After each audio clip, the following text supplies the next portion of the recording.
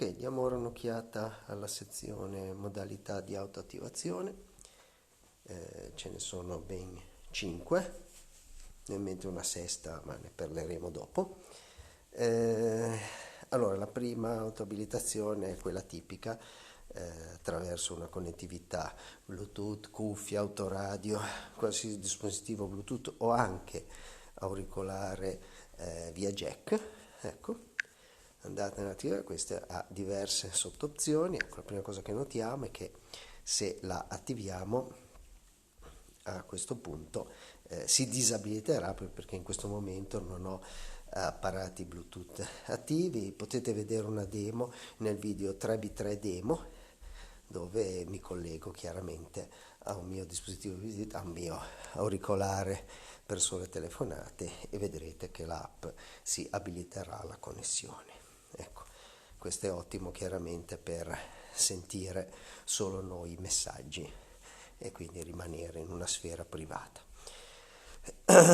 Bene, allora ecco, altre modalità qui all'interno: non rimuovere l'auto enable. Se provassimo a questo punto a rimuoverlo, ecco, ovviamente se provassimo a riabilitare l'app manualmente, ecco qua, vedete, non ce lo lascia fare, né da qui né chiaramente da qui e anche dal widget. Ecco, un'altra appunto questa possibilità, se vogliamo o meno includere nell'autoattivazione anche una connessione attraverso una cuffietta jack.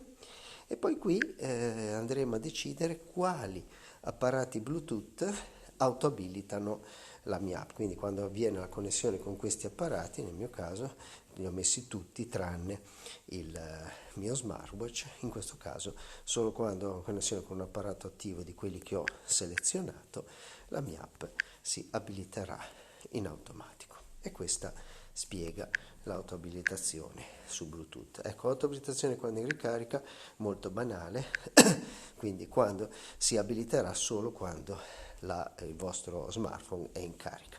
Autoabilita se schermo spento, abiliterà l'app solo quando lo schermo si spegnerà. Ecco, questo è molto importante che venga abbinato ad una ottima, diciamo, impostazione del vostro smartphone per quanto riguarda l'eliminazione delle procedure di risparmio batteria, perché questi invece tipicamente si attivano e quindi spengono la mia app quando si spegne il video, ecco, quando si spegne il display. Autoabilita in movimento è una novità.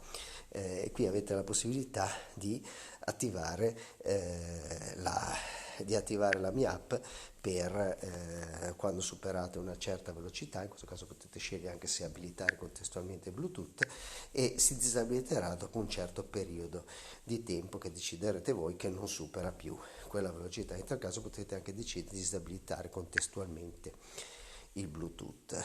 C'è anche la possibilità di attivare in modalità miles per hour e di accoppiarla eventualmente a CarMove App, la mia app specializzata per appunto per l'autoabilitazione in movimento.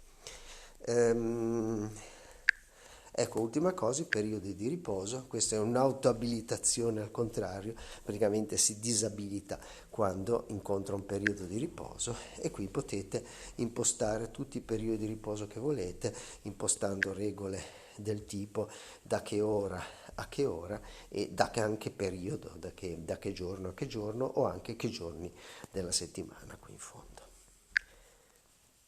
Ok.